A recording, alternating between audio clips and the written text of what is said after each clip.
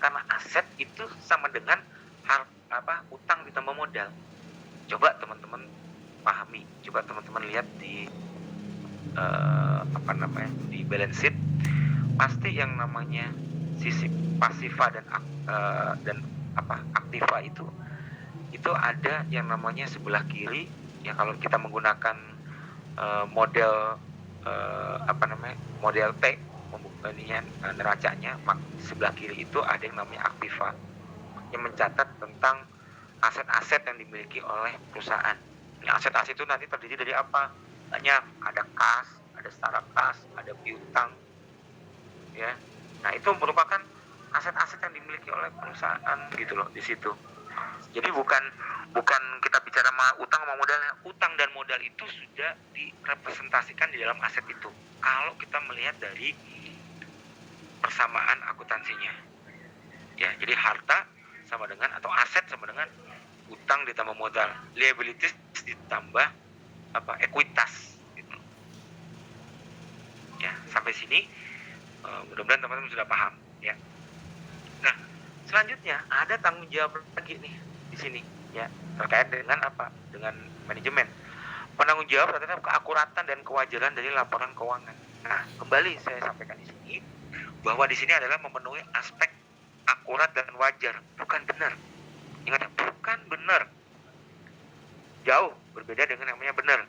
Akurat dan wajar itu bisa dianggap, walaupun itu belum tentu benar gitu. Ya, maka di sini yang menjadi parameternya adalah nggak berani nih yang namanya si auditor bilang ini benar, itu nggak berani gitu. Maka yang dilakukan adalah wajar, sudah sesuai dengan standar. Ya, dia bertanggung jawab nih si manajemen. Artinya apa? Dia menyelenggarakan informasi, menyelenggarakan pembukuan, pelaporan berdasarkan prinsip-prinsipnya. Ya, kemudian menerapkan akuntansi yang mencerminkan aktivitas bisnisnya. Ini ada kata-kata yang salah nih teman-teman ya. Ya, sorry. Harusnya di sini bukan mencerminkan, tapi menggambarkan aktivitas bisnisnya. Jadi saya koreksi nih. Ya, ini redaksinya adalah redaksi dari buku sebenarnya. Saya koreksi ya. Mungkin saya pernah di beberapa kelas saya pernah bilang bahwa akuntansi itu tidak mencerminkan, tapi dia menggambarkan. Gitu loh. Kenapa dia menggambarkan? Karena kalau di dalam kita kembali lagi konsepsinya deh. Akuntansi ini bukan ilmu eksak pure, tapi juga bukan ilmu sosial pure.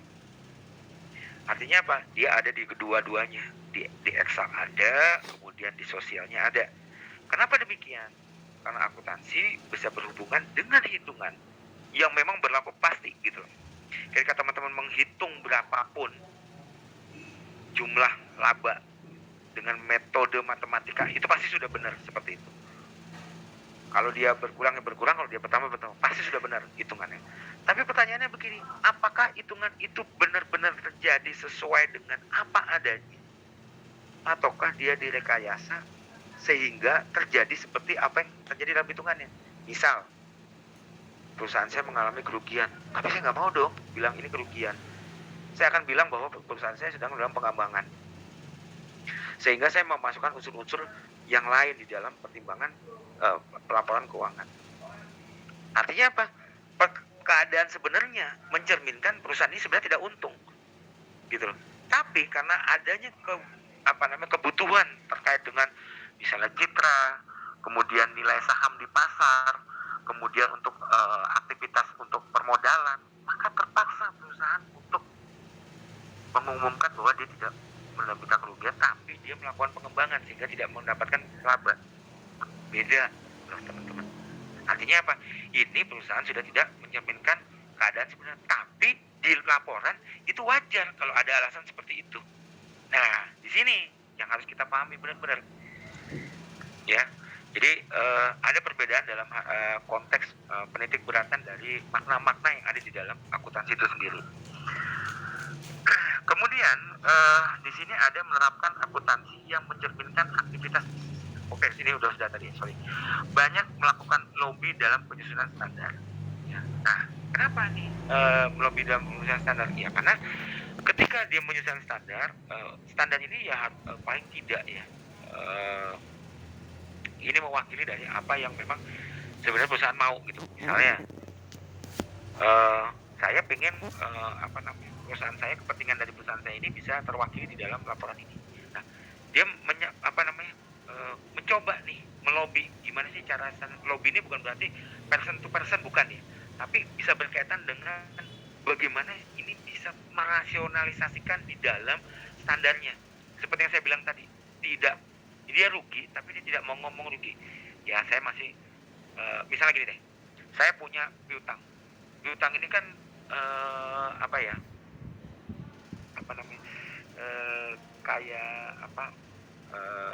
buah si malakama gitu. Buah si malakama. Kalau kebanyakan itu salah, kalau nggak ada, itu juga kadang-kadang berisiko. Artinya apa? Kalau kita menjual barang, kadang-kadang orang maunya kan kredit. Kayak motor misalnya, dijual kredit, mobil jual kredit. Tapi pertanyaan kita kemudian ke depan akhirnya berkembang. Apakah piutang ini bisa kita punya atau tidak bisa kita tagih sesuai dengan waktunya? Itu jadi pertanyaan juga, teman-teman. Yang akhirnya begitu terjadi perubahan di dalam peristiwa piutang itu sendiri akan mengakibatkan yang namanya pelaporan yang bertambah atau pelaporan yang akan berkurang. Artinya apa? Ketika kita tidak bisa menagih piutang, aktivitas dari cash flow kita akan bermasalah pasti. Nah, perusahaan tidak mau menganggap bahwa perusahaan ini tidak mampu menagih piutangnya. Kalau misalnya kita mau langsung tunjuk kinerja keuangannya nggak bagus. Akibat apa? Akibat dari piutang yang tidak tertagih. Gitu loh. Ya. Nah, tapi kalau kita bilang perusahaan itu rugi nggak? Enggak. Saya punya aktiva kok. Maka tadi di sini dicerminkan di dalam bentuk aktiva nih di sini. Akurat aset yang dimiliki oleh perusahaan. Aset ini. Piutang masuk dalam aset gitu loh. Gitu loh. Ya, dia ada di aktiva gitu. Dalam golongan aset. Nah, kalau dibilang rugi, oh ini belum rugi, Pak. Ini karena uangnya belum tertagih saja. Tapi kami punya tagihan terhadap orang itu yang akan menjadi cash flow kita nanti di kemudian hari. Nah, belum tentu juga ya yang namanya piutang ini bisa tertagih. Kadang-kadang orangnya kabur, kadang-kadang orangnya sudah meninggal, kadang-kadang sudah dilimpahkan ke orang lain. Banyak faktor yang menyebabkan piutang ini tidak tertagih. Makanya ada macam-macam bisnis debt collector gitu, kalau teman-teman pahami. Ya, kenapa? Karena susahnya untuk mengejar piutang itu.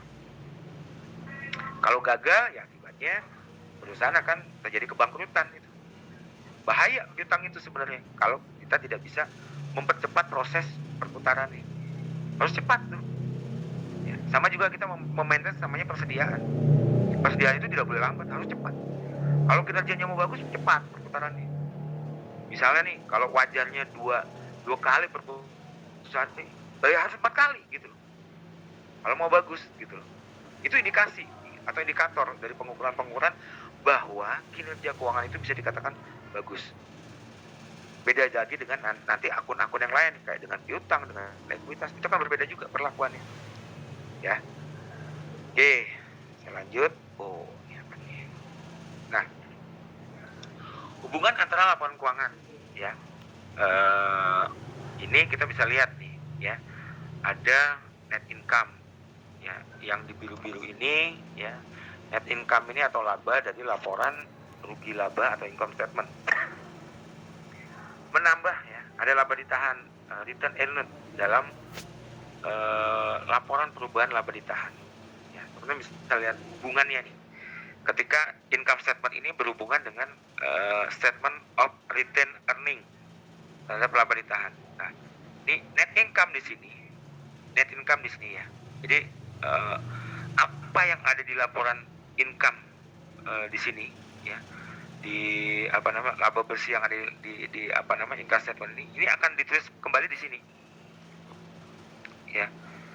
Nah, inilah interconnectingnya itu di sini, koneksinya antara yang namanya laba rugi dengan laba ditahan ini ada di sini gitu. Kemudian kembali, nah balance sheet ternyata apa, laba ditahan ya, dividen itu juga punya kandungan di sini return earning di dalam neraca atau balance sheet. Seperti saya bilang tadi, nih teman-teman bisa melihat nih, ya. Ketika kita masuk di aset ya, maka di sini akun receivable, piutang, ada cash, inventory, plant, equipment, ya, pabrik, tanah, ya. Maka itu menjadi total aset dan ini akan menjadi pembalance di sini. Nah, ini yang saya sebut tadi. Kenapa kok representatif dari aset? Ya karena memang aset yang paling banyak dibahas gitu. Aset ini mencerminkan apa? Mencerminkan dari kondisi perusahaan. Kalau asetnya besar berarti perusahaannya bagus gitu. Nah, makanya ini aset yang diomongin terus di sini ya. Return earning dari laporan perubahan return earning melumpuhkan komponen stakeholder equity dalam neraca. Nah, dia punya kaitan nih ya antara dividen ya dengan apa namanya neraca. Oke. Nah, dalam dividen ini sebenarnya ada beberapa konsep yang harus kita pahami juga ya teman-teman ya. Ada beberapa hal ya dividen. Sampai dia nanti jatuhnya gini, laba ini mau diberikan kepada pemegang saham misalnya kalau perusahaan TBK.